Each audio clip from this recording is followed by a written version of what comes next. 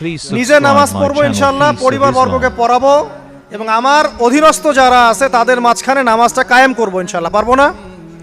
যদি আপনার সন্তান খুব আদরের কলিজার টুকরা হয়, নামাজ কালাম না পড়ে, ওকে মহব্বত করবেন, ছোটবেলা থেকে নামাজের ট্রেনিং দিবেন। 10 বছর বয়স হয়ে গেছে, নামাজ পড়ে না, নবী করিম সাল্লাল্লাহু আলাইহি ওয়াসাল্লাম বলেছেন তাকে পিটাইতে হবে। আল্লাহর নবী মুহাম্মদ সাল্লাল্লাহু আলাইহি ওয়াসাল্লাম কি দয়ালু মানুষ ছিলেন না কঠোর? বলেন।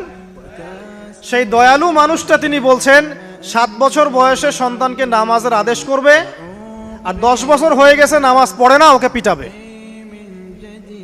নবী করিম সাল্লাল্লাহু আলাইহি ওয়াসাল্লাম কি এখানে কঠোর হয়ে গেলেন? কেন এত তাকিদটা কেন? কারণ আল্লাহর নবী সাল্লাল্লাহু আলাইহি ওয়াসাল্লাম বলেছেন, মান তারাকা সালাতা মুতাআম্মিদান ফাকাদ কাফার।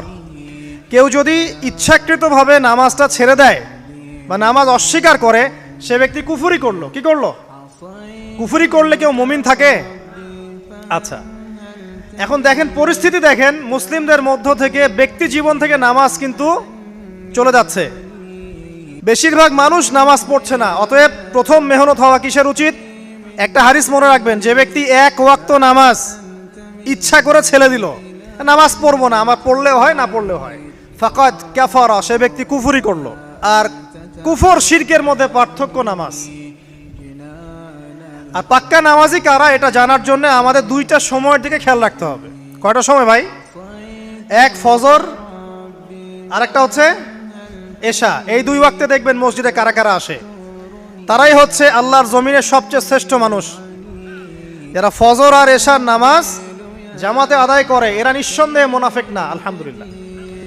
কারণ আল্লাহর নবী বলেছেন, বলেন সাল্লাল্লাহু আলাইহি ওয়াসাল্লাম, মুনাফিকদের উপরে সবচেয়ে ভারী নামাজ হচ্ছে 2টা। কয়টা? এক হচ্ছে ফজর, আর একটা কি? এশা।